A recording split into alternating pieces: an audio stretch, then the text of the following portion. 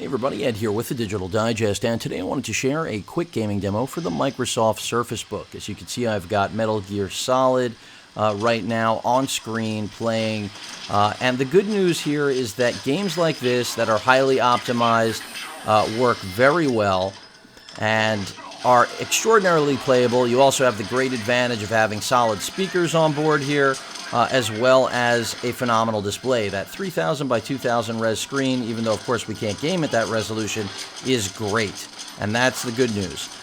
So if you're looking for gaming in an Ultrabook form factor, that's exactly what you're going to achieve here, and that is a rare thing in today's day and age. For machines of this weight class, generally, integrated graphics is where things begin and end.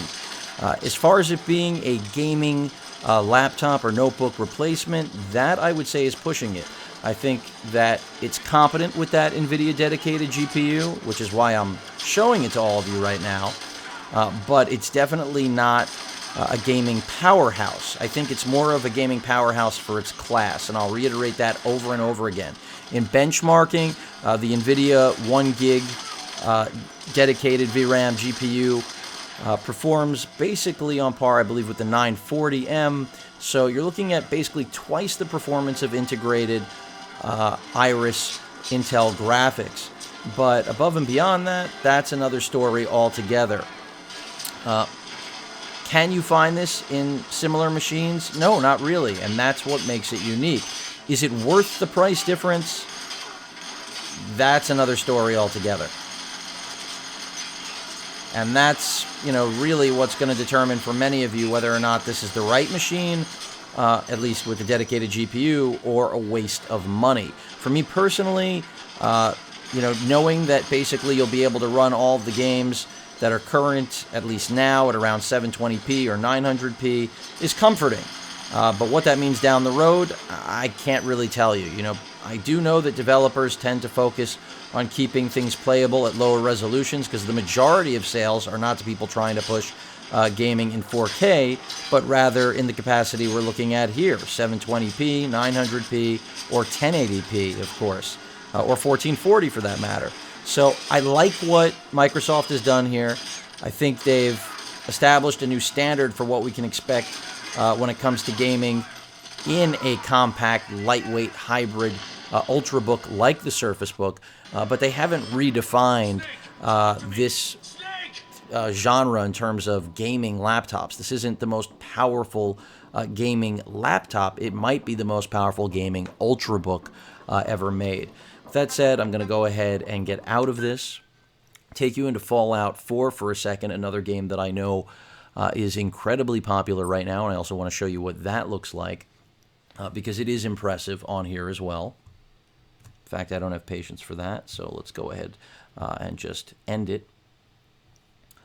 And I do happen to think that, again, that 3000 by 2000 res screen is a major enhancement, not more so than the NVIDIA dedicated GPU. I keep mentioning you're paying a very big premium for that GPU because you are.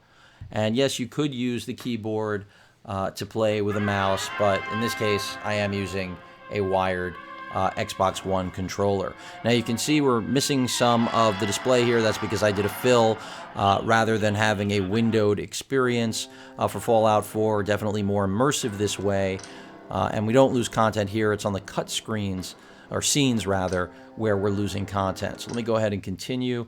Again, just to give you a taste of what Fallout 4 on the Surface Book looks like and plays like. In terms of frames, we're pretty much averaging 50 to 60 frames, even though I know you're not seeing it in the upper right corner here. I can assure you that's where things are at. It should be obvious from at least the way they look and play.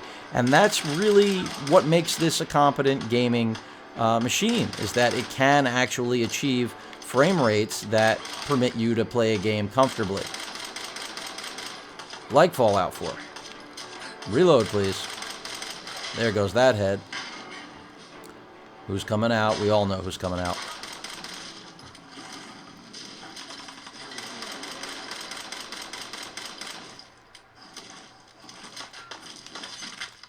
Okay. There goes my arm. There goes my whole body.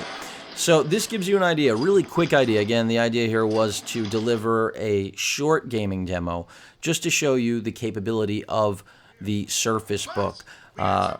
If I was doing this with the Surface Pro 4, which I may do down the road, I haven't decided upon that yet, these games will be playable. They just won't be playable in the same settings, quality, or resolution necessarily. You're never going to be able to utilize the 3000 by 2000 resolution on this. I want to reiterate that. It's just not going to happen. That NVIDIA dedicated GPU is not of that caliber. So that's something to keep in mind, and be realistic about what you're getting here. And that's why I personally don't feel the extra money is worth the gaming prowess this machine delivers on. But I know there are many of you out there that this is something you've been waiting for. An Ultrabook, lightweight, good battery life, great build quality, and then on top of all of that, you get to game.